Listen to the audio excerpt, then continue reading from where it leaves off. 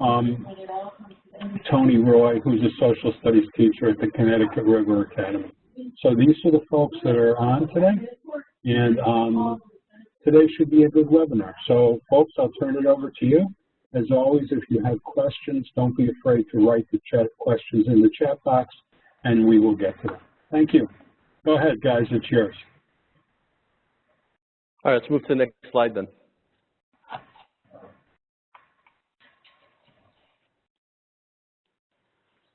Go ahead, Kate, you're up. Okay, thanks.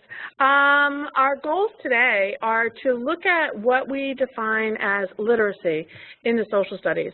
And it's more than just reading and writing. And my colleagues Kelly and Tony have done some amazing research on this. And we're also going to connect Common Core standards to Connecticut's social studies frameworks. Next slide, please. Oops.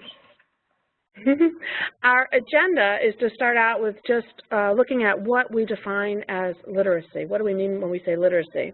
Then we have three specific examples connecting literacy standards to our social studies frameworks. One in the third grade classroom, another in the 8th grade classroom, and finally in a high school setting. We had originally put here that we're connecting to college and university work. And then we will have some resources for applying Connecticut social studies frameworks.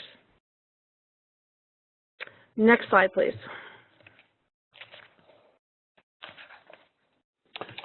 Okay, what we see here is basically a table that shows the connections between the C3 frameworks and the Common Core anchor standards for ELA and literacy. What you can see here is that each of the dimensions that's listed for inquiry, dimension 1, 2, 3, and 4, aligns pretty well with the anchor standards for the Common Core. People that wrote the C3 document, the career and college readiness, career colleges and civic life frameworks, basically said that there were several standards that were at the anchor or at the base of everything that we do here in social studies, and then that actually the C3 builds upon that. And we're going to learn just a little bit more about that as we go through. Hi, if you're looking to make a more specific connection to the Common Core standards, I would suggest looking at the anchor standard on writing, because that is the one where you can see researching to build and present knowledge. As a school library media specialist, I would argue that we definitely sort of support more specific skills in research and inquiry than are listed in the Common Core. And so that's why it's really helpful to use the C3. If you are looking to connect the dimensions and our standards, I just wanted to give you an example of what this looks like in our state frameworks. And if you would like to right now, if you're looking for a younger grade level to see the example that I have posted there, look at page 20 on our state frameworks. Or if you're looking more for a high school level example, you can look at pages 102 to 3, and there are some civics examples. But I just wanted you to see how explicitly we connect the Connecticut core standards to inquiry in our new state frameworks. When we think of literacy in the social studies, I think that social studies teachers automatically think of research and inquiry, which is why I've put there for you the crosswalks links if you would like more information on that. What the American Association of School Librarians did was make connections between the Common Core and more specific research and inquiry skills that might not be listed in the Common Core. So feel free to go ahead and browse those if you would like to. We put the link for our presentation at the beginning. When you are looking at the Connecticut Social Studies state frameworks, it does specifically state how we are going to connect the Connecticut core standards to social studies literacy skills. And we would like to tell you more about that as we continue with this presentation.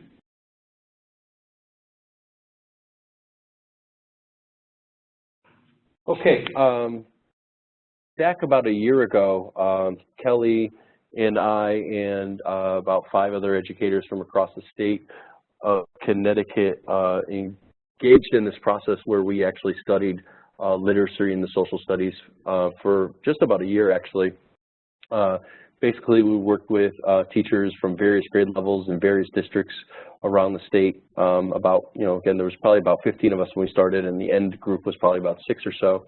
And when we began our inquiry into how does inquiry in social studies work, one of the articles that we began with was this article written by John Lee and Kathy Swan, which was written in 2013, explaining how the Common Core was good for the social studies, but did not go far enough when defining competencies needed for career, college, and civic life.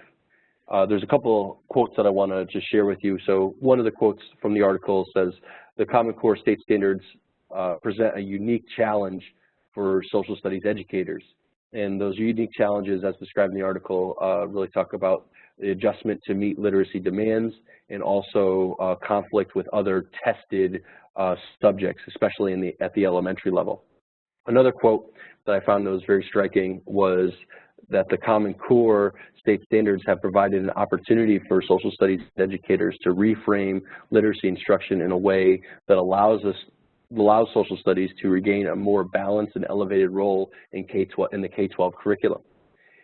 So this does not shy away from literacy, but actually defines literacy for a social studies purpose. John Lee and Kathy Swan argued that the Common Core provides an incomplete set of competencies. The article goes on to outline 3 important ways that the College, Career, and Civic Life Framework builds on the Common Core. Number 1 is to elevate literacy to meet the purpose of academic inquiry and civic action. Number 2 is to expand the disciplinary context to give equal footing to civics, economics, geography, and history. And number 3 is it details literacies that are essential for college, career, and civic life. On your screen here, I basically have the 25 literacies that John Lee and Kathy Swan list out, and you can see that 13 of the literacies on the left-hand side have all to do with inquiry, so this would be dimensions 1, 3, and 4, and the disciplinary literacies would be the 12 that are on the right side, which is basically housed in dimension 2. If you can move on to the next slide, please. You can see that here's the overview of the dimensions. If you've seen other webinars, this is just a quick review. I think we've had this in almost every one of the presentations so far. So just a quick review: asking questions and planning inquiries, applying disciplinary concepts and tools, evaluating sources and using evidence, and then finally communicating conclusions and taking action. Next slide, please. So here are the 13 inquiry literacies just kind of laid out, and you can see I broke them down by dimension, so you can really see how they play out and how we are teaching social studies literacies at every stage of the game. So questioning would be a literacy all the way down, again, to taking informed action. Next slide, please. And then you can see here are the 12 disciplinary literacies, just broken out by content areas, so civics, economics, geography, and history. Basically shown here, each literacy is broken down by the 4 disciplines, and for more in-depth discussion of Dimension 2, please reference the webinar recorded on March 15th. And then we can go on to the next slide, please. This is a link at the bottom here to the work that we did on the Literacy Exchange. Again, like I said, it went over an entire year.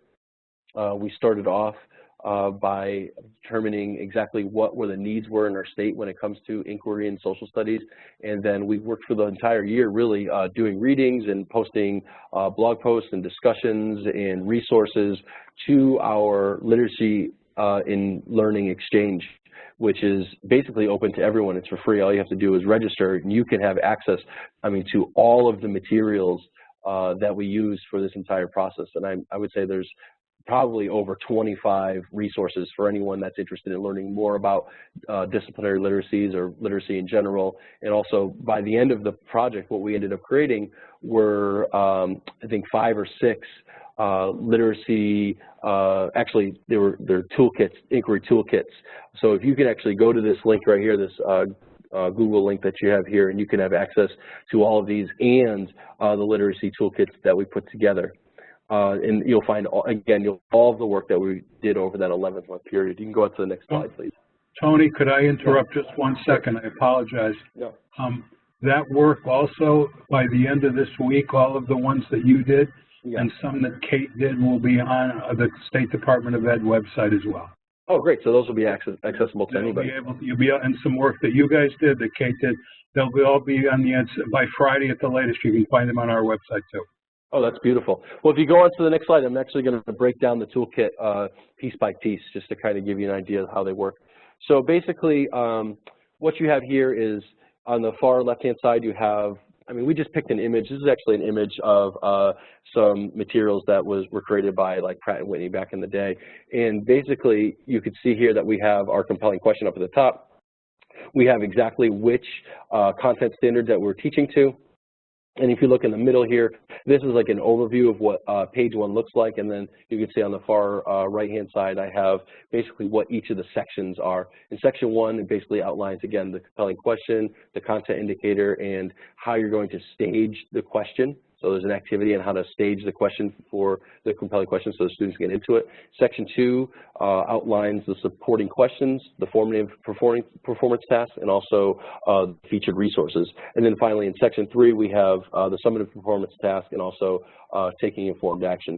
So this is basically an overview of what any of the inquiry toolkits, what they'll look like. This one-page overview with the sources and the questions that are needed to go ahead and perform an inquiry within your classroom.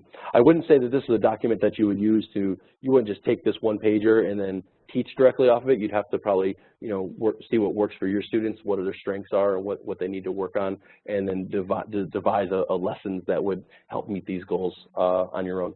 You can go ahead and move on to the next slide. I'm actually going to just break down each part piece by piece.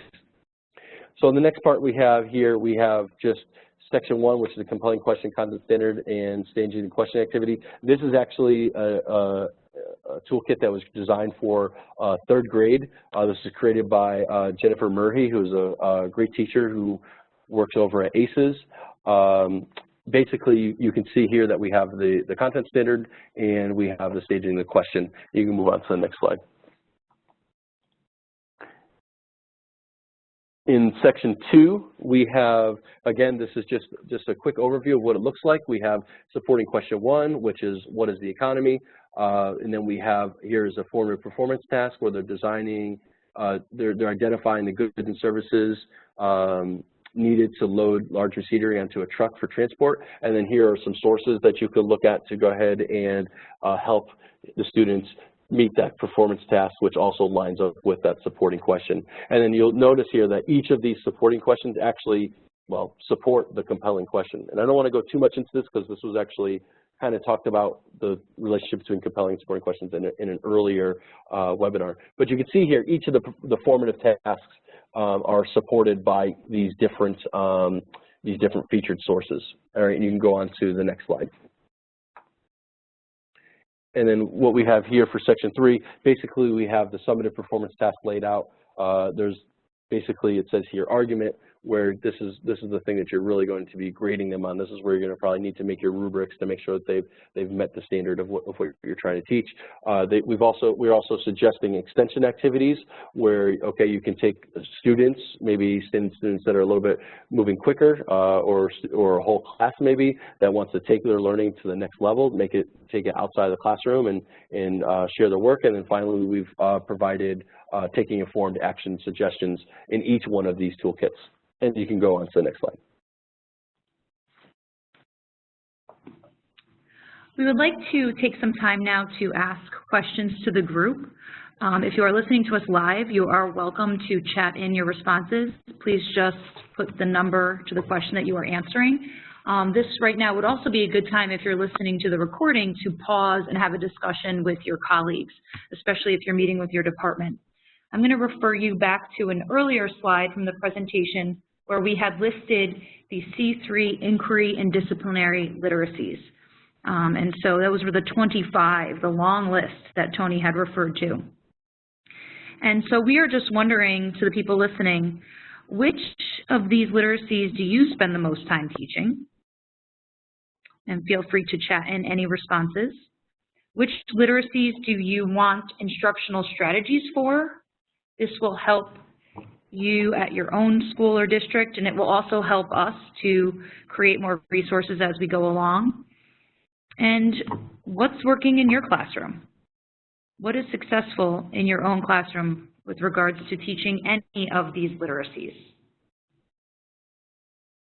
And we'll give about a minute to see if we get any responses.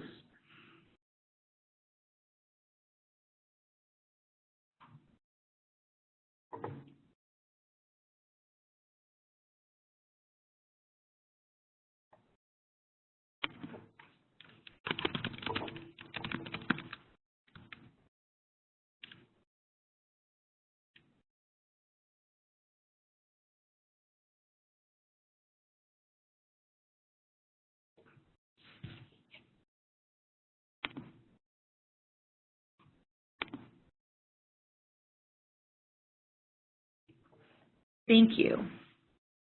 When we get to the end of the slides here, you'll see that we have some resources, and I know for making claims, definitely there's a resource on there through Odell that is very helpful. But I see mentioned here, gathering and evaluating sources comes up a lot, constructing arguments, and so hopefully some of these examples will come through in our case studies for different grade levels that we are going to look at next. But feel free to continue to pause if you are listening to the recording and discuss further with your department. Thank you. And if we could move to the next slide, please. Thanks. This is a unit that I developed, I'm Kate, with my 8th grade colleague, Greg Cumpstone, who contributed many of the resources and helped me to refine this unit. The compelling question that we came up with, we started with trying to think about several questions that could be asked about the Great Depression, and we came up with this one. Actually, the original one is, was President Roosevelt right to adopt Keynesian economic theory and change the role of government in our lives? The supporting questions for this that we thought students would need to understand these questions in order to answer the compelling questions are, how did the Great Depression affect Americans? How is Roosevelt's idea different than Hoover's? And how does deficit spending affect our lives today? At the same time, we looked to see whether or not we would have enough sources, and I'll explain the sources in just a moment. Next slide, please. As I look at a unit, I think about the shifts that the Common Core has made in our teaching, and I find that the C3 has really helped me to reach some of the needs of my students and my colleagues in the Common Core. When I look at the Common Core, there are 3 major shifts. The first one has to do with the use of vocabulary. The next one has to do with the use of text evidence. For example, students describe how the Great Depression affected people through the words of people during the Great Depression. A woman named Vera wrote to the Roosevelts and said, "Although I'm in my 3rd year of unemployment, I still have hope," end quote. And finally, students build their knowledge about the Great Depression through content-rich nonfiction. So they're learning about history by reading actual sources from history. The inquiry arc incorporates much of these 3 shifts. We've just gone over the dimensions. I should mention, though, that Dimension 1 says, developing questions and planning inquiry. Questions should be meaningful, relevant, and kid-friendly. And that compelling question that I spoke a moment ago may not be fully understood by students. And so we adapted that question to, was Roosevelt right to change the role of government in our lives? And if I really need to adapt it further, I will say, if a presidential candidate today proposed the New Deal, should I vote for him or her? Question mark. So you can change your compelling question to make it more kid-friendly. Applying disciplinary tools and concepts is to analyze the connections among events and developments in historical contexts. Evaluating sources and using evidence, of course, connects back to the Common Core. And finally, communicating conclusions and taking informed action also connects to the Common Core with argument writing and informational writing. Next slide, please. Here is the list of sources. When Greg and I sat down, we thought through several possible questions, and then we made our question meaningful, relevant, and kid-friendly. And we looked to see if we had enough sources so that a student could actually argue on both sides of this issue, or rather, each student would choose the side that they felt was most compelling. We have a collection of primary sources listed at the top here, including some letters to the Roosevelts, FDR's inaugural address, which is the one where he said, "We have nothing to fear but fear itself." Greg found a collection of photographs and political cartoons about the Great Depression from the Great Depression era, and also the current U.S. debt clock. And then we added to that some secondary sources to help students understand the concepts just a little better. Next slide, please. To start the unit, we actually began the students with the letters, and the letters are written, there are a variety of perspectives, as you can see on this slide. They're mostly written at the student's level. It's good for a middle school level, and working in groups, the students can compare and contrast the experiences of people. Next slide, please. When I mentioned that this is at a good level for my middle school students, what I'm talking about here is that the reading level is at a level that the students should be able to handle independently. The particular letter here, written by a woman named Vera, when I measured it by using Microsoft Word, I was able to see that quantitatively it measures at a Flesch-Kincaid level of 5.9, which is almost 6th grade. My students are 8th graders, so hopefully they would not have a problem with that. The Common Core, though, has us look at more than just that quantitative measure. For example, the qualitative features. Well, this is a letter. The words read as if spoken, so it's a very comfortable and familiar style of writing. There are a few spelling errors, but the words can be identified phonetically. There's a clear purpose why they're writing to the Roosevelts. And there's really general knowledge demands about the 1930s. The students, the reader and task considerations, which I would also look at when assigning a reading, are that students are reading the words of real Americans, and they're looking for the challenges that are being faced. Next slide, please. Another very accessible slide, a very accessible format is these pictures and some political cartoons. I really like using the National Archives photo analysis worksheet, and I think the students enjoy it too because it makes all of it accessible to the students. Now, in these first two sections, the letters and the photographs, I can't say that I'm really stretching or pushing my students' reading. That is going to happen actually in the next source that we use. And in the next source that we use, the text complexity is much higher. Next slide, please. When I say the text complexity is much higher, I'm looking again at those three different measures. I want to know the quantitative measure, that's the number, and you could use the Lexile or the Flesch-Kincaid or any number of measures, whichever you're most comfortable with. Personally, I go into Microsoft Word. That's the one I use. And then the qualitative features have to be analyzed. What's the meaning or purpose of the document? What's the structure of the document? So often, primary sources do not have the same structure as, say, a textbook, which is going to give you bold, kind of an outline format. Where they're going to highlight important words, or they're going to have major headings and then minor headings. So often the structure is not that way in a primary source, which can make it harder. What's the language being used? Historically, language has changed a lot, and some of the primary sources we might choose to use would be very difficult. And then finally, what are the knowledge demands? And when I looked at what students needed to know in order to read FDR's inaugural address, they really needed to understand what Vera's experience was in a letter. and the images would really help students understand what FDR was dealing with when he said that speech.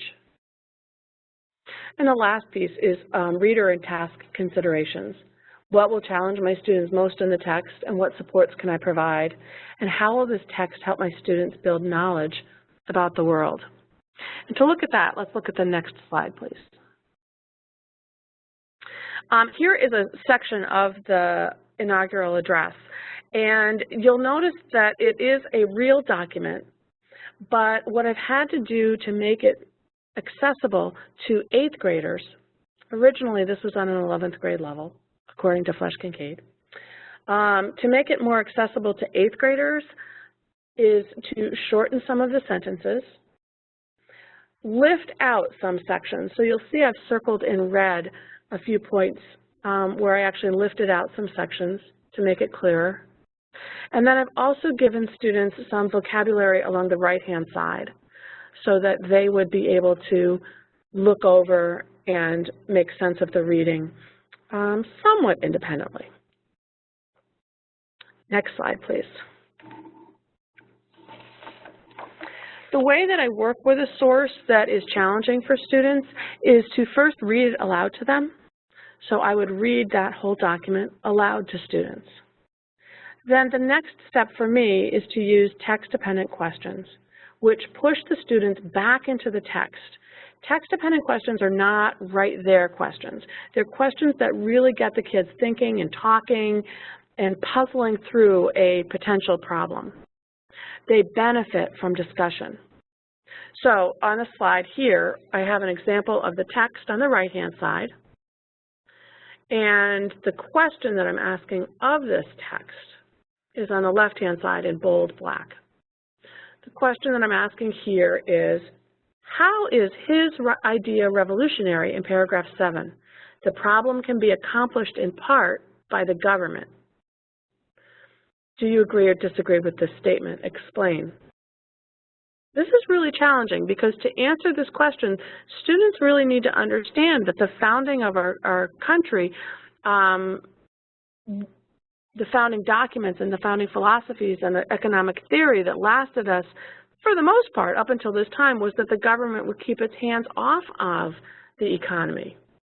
But here is Roosevelt speaking to people like Vera and people in the pictures and saying that, at this time, government may need to step in. So this question gives students an opportunity to compare laissez-faire to the increased role of government that FDR is calling for. Next slide, please.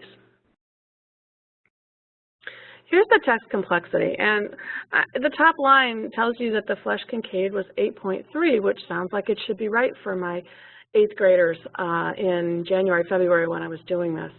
But it's the qualitative features and the reader and task considerations that make this a more difficult text. So while FDR is speaking to the American people, some of his words are really advanced. Even though he was reaching out to them with his fireside chats, some of the language in this document are pretty tough, which means I wouldn't ever send this document home with kids and say, here, read this for homework tonight. I want to be there. I'm going to read it out loud to them. I'm going to answer their questions about any words they don't know. There are dictionaries in the room. This is stuff any teacher would do. I think that in order to understand what FDR is saying, they do need to have some understanding of supply and demand. For me, it's from a previous unit. The structure of this speech is less accessible than a narrative, than a story, or perhaps a small letter.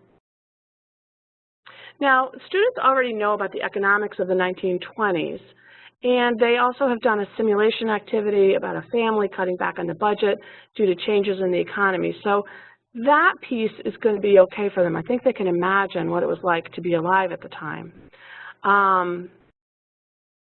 The task is to see what is the president's solution and evaluate, is this a good idea? Next slide, please. As far as literacy is concerned in the social studies, I have students reading frequently, sometimes independently, sometimes whole class, sometimes in a small group. I also have them writing frequently in order to document their learning. It could be as simple as taking notes, or writing a paragraph analysis of the speech, or at the end of this particular unit, a culminating argument essay. In addition to students learning the context of the New Deal, students specifically began to incorporate contextualization into their writing with this unit. And students were evaluating sources in an annotated bibliography. And next slide, please. So to review, when I look at the 4 dimensions in this unit, I came up with the compelling questions that students are using and the supporting questions. The disciplines that we were working with include both history and economics and a variety of sources and activities for both. The sources that we used, we not only read, but we analyzed and compared sources. Then we also evaluated which sources were stronger. And finally, the communication for this unit was to be writing an argument essay. So in this way, I was using Common Core literacies within the C3. And next slide, please. Thank you, Kate. What I like about Kate's example there is how much she's breaking down literacy skills in the classroom. And I would argue that the same thing should be done at the high school level. My favorite thing about the C3 is that our students should be engaging as if they are social scientists, especially in inquiry. But that means that they really need to have a better grasp of the disciplinary literacy skills. And I think the most common that we probably use in our social studies classrooms would be research. And so I'm going to talk a little bit about how we should make integrate literacy skills at a more bite-sized level at the high school level, no matter what course you're teaching. And I think something that some of us might be familiar with as an information processing or a problem-solving model is the Big Six that came out of the University of Washington. And that would start with, defining your task, and then seeking sources, locating and accessing them, using the information, and then you get to the part that's a little bit more connected to the C3, which is taking action. And so you would present the information in some way, and what I love about the last step of the Big Six is that you would evaluate the effectiveness and the efficiency of whatever you create. And so to answer one participant's question about taking action, I think that that's a really important part to, the point of what you're trying to do with these literacy skills is, at the end, how effective was it whatever you created or whatever action you took, and is it efficient? What I've found with working with my colleagues at the high school level, we created a team that had representation from almost every discipline in the school building, and what we realized was that in order to, be effective at inquiry or taking action or creating a product, is we actually had to make the research part much more bite-sized. We're usually focusing on, we're researching for a certain end, goal, and result, but really we need to focus more on the literacy skills at each step. So this is just an example at the Connecticut River Academy of some suggested research steps. So you can see here how we've connected a very common social scientist skill, which is to gather and evaluate sources, with the Common Core. And so I'm just going to focus on step 2, which is underlined there. And again, that's just breaking it down into one bite-sized chunk. If you continue on to the next slide, please, you'll see what this might look like in a classroom, okay? So these could be suggested resources that you might use for that one skill of maybe gathering and evaluating information from sources. So again, no matter how old our students are, they still are going to need these literacy skills in bite-sized pieces. So a suggested resource from the school library media specialist in me is an interesting source called the Trails Pre-Assessment from Kent State, and that actually gets at a lot of the very specific disciplinary literacy skills of research. And if you look just at some other common examples that we might be used to, aparts, for example, or say, mean, matter, these are all things that are going to help the students really evaluate what kind of information is coming from these sources. One thing that I really like about breaking down the literacy skills at the high school level is that you are able to provide more feedback on specific standards. For example, if we go back to the other slide, at step 2, I can now give very specific feedback about the core standards of gather relevant information from multiple print and digital sources, assess the credibility and accuracy of each source, and integrate the information while avoiding plagiarism. And then the second there, determine central ideas or themes of a text and analyze their development while summarizing the key supporting ideas and details.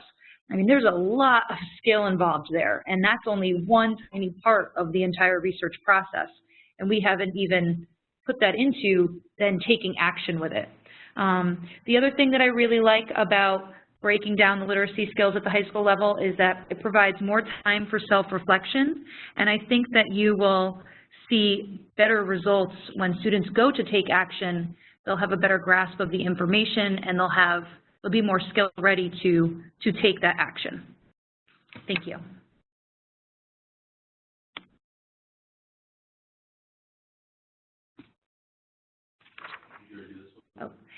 So not that we don't want to jump around too much, but I did just want to make it clear that there are a lot of other responsibilities we have as educators related to literacy, and so I just wanted to make sure that we were making those connections very clear between Common Core, our state social studies standards, frameworks, and some of our other responsibilities.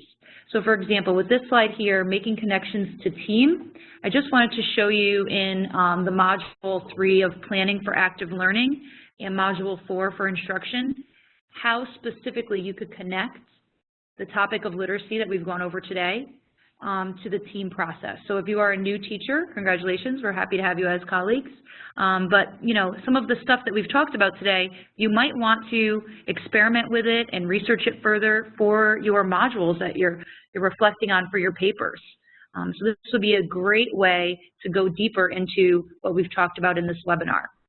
We can move to the next slide and make further connections to our teacher evaluation. So again, very similar to what we just spoke about for team, but if we're looking at planning for active learning and inviting students to explain the content to their classmates, I think that this is an excellent spot to do that. When we were looking at all of the 25 literacies, whether inquiry or disciplinary, if you start experimenting with that in your classroom more, it will directly connect to teacher evaluation in Connecticut.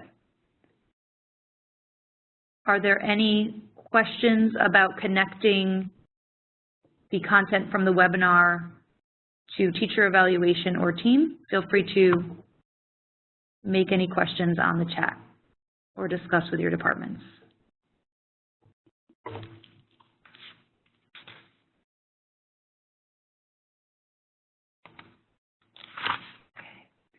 We can move forward to the resources now.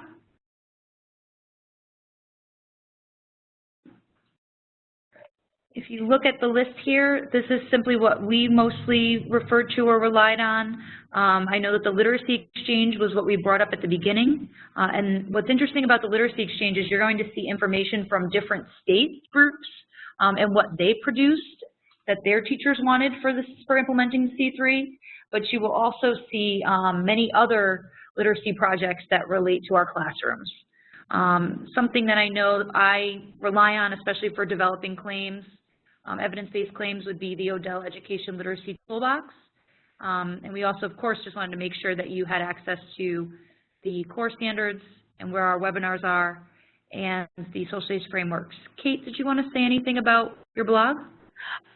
Sure. It's just a place that I started putting all of the things that we've been learning over the past, 4 or 5 years, both about the Common Core and about the C3. And I found that it's really been a journey as I think about how and why children are learning. And so I've got a collection of resources that I recommend, that many of them I've learned from other social studies in the state, social studies teachers, in the state. And also some of the units that I'm now feeling really comfortable about as far as applying inquiry and also making sure that I'm helping students to improve their reading and writing, and most importantly, helping students to become independent as they move forward and are able to do more research and more evaluation on their own. And next slide, please. Okay, so this is just, now it's time for you to get involved. You can follow the Connecticut Council for the Social Studies on Facebook and Twitter to engage with other social studies educators and to get the latest information on professional development. Also, you can use hashtag #CTInquiryK12 to share how you and your students communicate, are using literacy and inquiry and disciplinary skills in your classroom. And if you go on to the next slide here. This what we have here is we have the State Department of Education website here. Also, if you're interested in looking at some of the earlier webinars, you can go right to this ctcorestandards.org site, and we actually have all of the previous 4 webinars are posted there, and this current webinar will be posted, I don't know, probably within the next few minutes or so, or next few days or so, excuse me. Tony, Kelly, or Kate, could I ask you a question? When I'm talking out in districts to teachers, and this is a question sometimes posed by veterans, usually veterans, and I'm not being negative to them in any way, but what would you respond to this? We're spending so much time on these skills that we're losing content, that we're not spending enough time on content. We're spending time. I hear that every once in a while. I'd just be curious to know your reaction to that statement.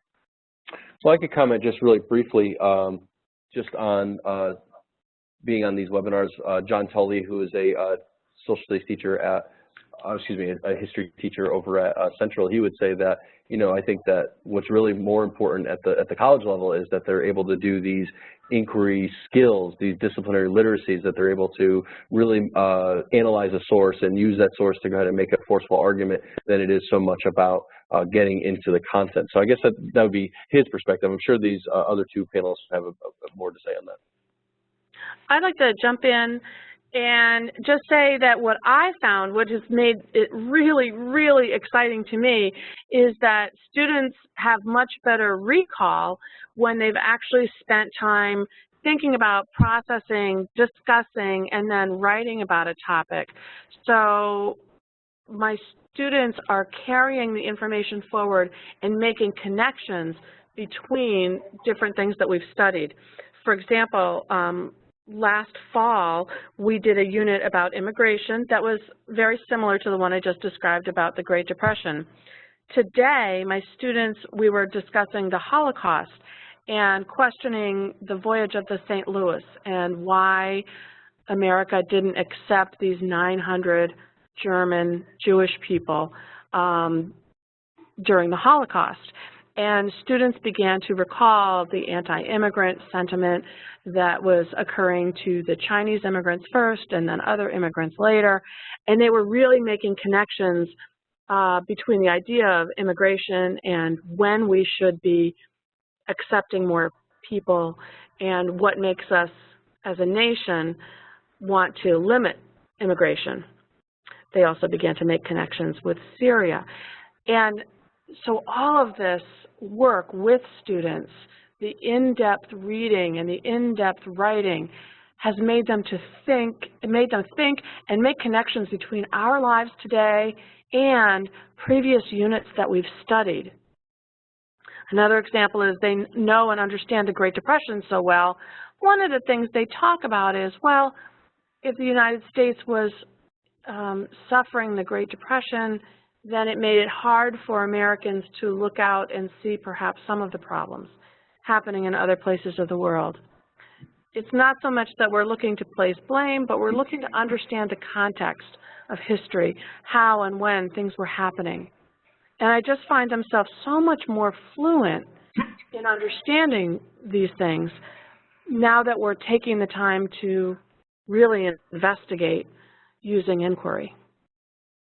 I like how you're commenting, Kate, about really getting deep into it, depth over breadth, which I think we say a lot But really, I mean, I can just remember my, high school history class. I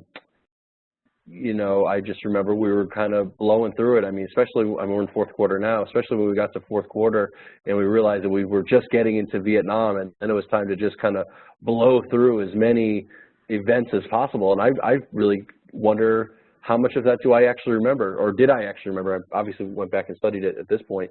I mean, but sometimes we're so worried about getting through or getting to the content that we really care about because they need to know, the kids need to know this, or our students need to know that. But really what we're really wanting to do is make sure that they're able to have those thinking skills, to be able to have those skills to go ahead and take in and learn more knowledge, not just when they're in our classroom, but afterwards.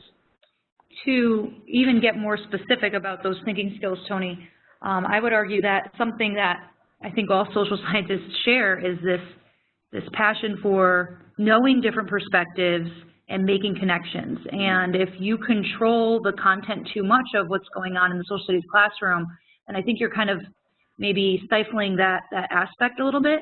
To give a very positive example, I think, of something that's very skill-based, but that leads to such rich content knowledge, and that has been along much longer than the C3, would be Model UN. I mean, when you look at how successful Model UN is, and I know from when I ran it and when I've seen other people run it, you don't necessarily run it by giving them all the content first and you learn about every country in the world and then you're ready to do Model UN. You really jump into the skill of listening and researching and coming up with a position and trying to develop empathy for the situation that a region might be in, and look at the success and the enjoyment that teenagers are getting out of Model UN. And I just also, want to reiterate, what's our purpose? And if we look at, civics and civic responsibilities, I think that the students engage much better when they feel a little ownership over what it is they're looking at and when they feel that their ideas are valued. And so I just have found that, again, kind of what Kate was saying is when you're able to look into one topic that you're interested in, they are going to be able to recall that information much better.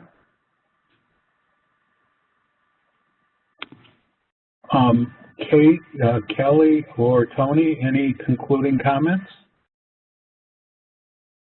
I guess, I mean, we do have a little bit of time. I guess I have a question. Maybe Steve can answer or maybe somebody else can answer. I just put it into the little chat thing over here. I wonder about, like, okay, here's what and I'm sorry, I'm kind of posing this now. I'm supposed to be like somewhat of an expert, but I'm certainly not. So I'm just going to ask the question anyway. I wonder how this compares to what's happening within AP classes. I mean, isn't there a certain amount of material and a certain amount of time that you have to get through it, and then you have to do well on these tests? Like, how does what we're saying here for, the focus is on literacy and inquiry skills, how does that compare to what's happening within the AP classes? I don't teach AP, so I really don't know. Well, the AP is changing to a less content-based, and anyone else if anybody from Ellington knows more than I am, please chime in. But the AP is becoming less content-based. But I would ask you, the AP, what they call the DBQ, the document-based question, this is a standard of AP where you ask a question, was the New Deal progressive, for the sake of argument? And then you give students 8 documents, and they have to read the 8 documents and answer that question using information from each document. Do you consider that to be inquiry? Because the question is not posed by the kid, the question is posed, and what the kids have to use is use evidence to answer the question. Is that I would say that inquiry or no? I would probably say that it's not like pure inquiry, like if we're thinking about what pure inquiry would be, where the students would be developing the questions and then planning their research into it. But I would definitely say you're using the inquiry literacies, or you're using the disciplinary literacies to get through that. I mean, we use document-based questions. I mean, all of my evaluations are based off of that. So I live by these document-based questions. I mean, we create them, so it's probably not at the same level as like AP or whatever, but it's definitely something we're doing. So I think that these skills are really, really valid, and I think that my administration finds that that's very valid. So I think that's also a good thing, and I think that it's working out where, you know, we're finding that students that when they go ahead and take that SAT, that last part of the SAT now, which is that written piece, you know, I think that they're doing just as well on that as they were doing, well, my students were doing on the CAPT, you know, a few years ago, where it was, you know, you read a couple articles and you write a position paper. So I mean, I think that, yeah, I mean, is it 100% pure inquiry doing it that way? No, but is it definitely basing off of 5 or 6 of those inquiry skills that are really critical? Yes. I'd like to chime in here too. I agree completely with what Tony just said. I also think that inquiry, you can't just throw it open to the kids to come up with any question that they have. Inquiry needs to be taught, and we need to work with students. For example, using the strategies at the Right Question Institute, or helping students to understand what economic thinking is, what kinds of questions would an economist ask, or what kinds of questions would a geographer ask. And so I believe, and I could be wrong, but I believe that sometimes there's a place to provide a question, and other times there's a place to provide a context and let students develop their own questions. But I think it's important to offer them support as they go ahead and do that. I'd like to add that what's important to me in this, you know, and the fact that it's 2016, is that we do have a responsibility, if they're going to be in a democracy, to teach these information literacy skills. And I think that the social scientists, you know, are really, I think we're equipped for that in our social studies classrooms. I'm thinking back a few years to a keynote address I heard where the theme of the conference was that students used to be able to assume the authority of sources, and now they have to prove the authority of sources. And so, I mean, if we are only teaching content and not the inquiry and disciplinary literacy skills, then what happens when they go home and they're on their internet on the internet and information is flying at them? So we really are equipping them, I think, for a lifelong skill if we take the time to slow things down and, again, focus on research and other literacy skills, and then have them use that information to take action and create a product, as opposed to kind of assuming that they can do the literacy piece and let's jump into the content.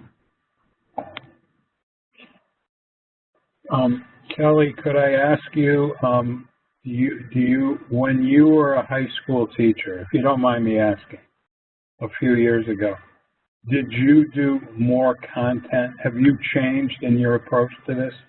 Back when you were a high school teacher, now you're in a different role. Did you teach more content then than you would teach today? It's funny, Steve. I think I always took a more inquiry, student-centered approach. And what we used to laugh about is, you know, because some teachers would focus much more on content, you know, I'd have some students who it took a while to really build a relationship of trust, because they'd say, can I just sit here and have you give me the information? Because for some of their experiences, that's what they were used to. And so I kind of had to work hard to get them to want to engage in the material in the way I was expecting, because they wanted me to be the expert who was just giving them the information. But I didn't feel then like I was preparing them for college or career, whatever, any problem solving that they're going to have to do in their life, adult life skills. So I even took it to the step of even working on what kind of inquiry projects, you know, fit which class. So I used to teach in a more leveled environment, and so that meant that I was able to plan inquiry kind of that worked for each course. Now that the school I'm in doesn't level, it is a challenge to differentiate for these more project-based learning. But I would say one of my favorite examples would be in European studies, working with an English teacher. The students just kept bringing up language, you know. They kept learning about European literature and they kept learning about European history, but they didn't feel like they were getting the modern information that they wanted. And so we invented an inquiry project where every quarter different collaborative groups would work on learning a little bit about language. And I think there's an interdisciplinary aspect to this that also, if you can get support from other teachers in your building, makes it easier for the students as well. But I just know that those students have said that those projects, they remember more than, you know, unfortunately some of the other stuff we did, just because they kind of got to invent it and control it, and that's what they were interested in, that's what they were asking for. And by no means was I able to speak all of the languages that the European Union uses, but at least now they left having a better understanding of, you know, once we were at the point of modern Europe and looking at, so why, you know, what does this mean about sovereignty? Because they looked at the languages, they just had a really, I think, just a deeper understanding of it. And I just never would have thought that that would have come from language, but I listened to what their questions were and we went for it. And I think they had a really good understanding of nationalism and some of the other themes that are really abstract that are hard to teach. But I went with what the 15 and 16-year-olds were asking about. Does that help, Steve? Do you have further questions? Absolutely. No, that answers it.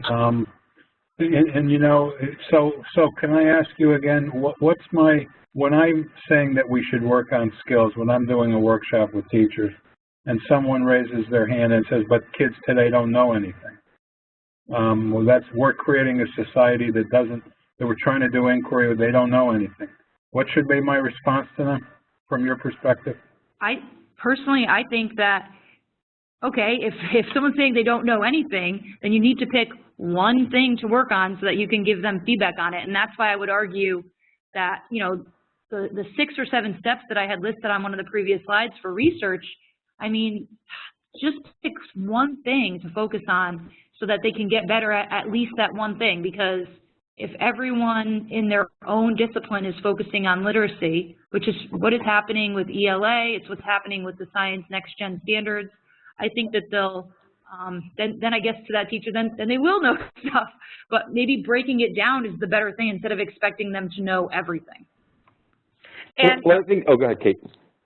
I was just going to jump in and say I really disagree that students would, you know, not know anything. What I'm really finding is that their recall is so much better when they've actually applied and spent a few weeks working with the materials than when they just study it and then move on to the next chapter in the book, which would be a very old-fashioned way of teaching. But that by using this style of teaching, they're actually using the information in that unit and then again later, and they're reflecting and they're building. And so my students, I think, are much more likely to be recalling the information later. I think what's interesting about that statement about the students don't know anything is, or they just don't know enough. I think that's kind of like a values-based kind of thing, because what does that mean exactly? They don't know the things. They don't know the information that you think is important. You know what I mean? Like what is that? It just seems like a very kind of obtuse, kind of like overgeneralized statement. They don't know anything. I mean, what specifically are you concerned with that they don't know? I guess that's my question. Like, what specific things are you concerned with? And maybe as a department or as a school or as a history department or a social studies department, maybe you have to outline, okay, these are the 50 things that by the time they graduate, these kids have to know it. You know what I mean? Like, maybe that's the way to go, because say they don't know anything. Well, yeah, they don't know as much as their teacher, because the teacher went through high school, they went through college, they have a specialization, yada yada yada. I mean, I just think that if you're concerned with a certain amount of content, then I think the social studies department in your school needs to identify exactly what that content is that you want students to walk away with, and then figure out, okay, well, how do we teach that and also teach these skills that not only the State Department is saying, but also that businesses are saying that students need. You know, they need to be able to reason. They need to be able to work with different sources. They need to be able to communicate what their beliefs are. I mean, this is where social studies has kind of that economic input, you know, or the economic output, I guess you could say, that where we're creating students that are ready for the economy, ready to participate in the economy. I mean, this is sad to say, but do you need to know what year the Declaration of Independence was signed to be a part of the economy? Probably not. That's really unfortunate. So if you think that there's a certain amount that needs to be known by everyone that's coming out of your school, then again, I think history departments should sit down, they should identify what those things are, and they should teach that. But also don't forget that, you know, that businesses in the 21st century need these other skills, right? Because we're falling behind in all of these other things. I guess that's my point. And I think too, Tony, when you're talking about the values-based, I think I would start from, if someone has this opinion that their students don't know anything, then do some inquiry and ask them, what do they know? Because, you know, our classrooms are so diverse. If someone is coming, you know, someone is maybe in this country for the first 3 weeks and they're in your classroom, find out what they do know, because I think that the thing I love about social studies is that we are able to make these connections, I think, just to any of their prior knowledge and work from there. So I would just argue, you know, let everybody in the class share what their story and their background knowledge is and make connections from there, because then you're modeling what we want from our citizens in this country. As always, to be continued. Kate, Kelly, and Tony, thank you very much for this. This to me was, and I'm sure to the folks listening, it was a very interesting webinar. Our next webinar, our final one in this series, will be on May 3rd, and it's going to be social studies in the elementary school. Will be the topic of the last webinar. We're also going to have 2 webinar series starting in May. One is going to be on teaching the 2016 elections. One is going to be on teaching the Middle East and terrorism. Check out the Connecticut Council for the Social Studies website to find out specific information on those. And there'll be e-blasts going on out as well. In addition, as noted before, on the Connecticut State Department of Education website will be either late this week, I think later this week, or at the absolute latest early next week, the beginnings of what we call a companion document, which will have inquiries, lessons, units, and assessments related to the frameworks, and we're collecting those all the time. So that's going to be a good section. That is a complement to the state frameworks. So thanks to folks that are listening today. Thanks to those that will listen in the future. And I thought this was very interesting today. And I'd like to thank the panelists for their participation. Thank you. So we're going to sign off right now. Yeah, Tony, go ahead. No, I'll just say thank you, Steve, for hosting. Me too. Thank you. Sure. Thanks. And we'll be talking again. Have a good day, folks. Everybody, we're signing off. Take care. Bye.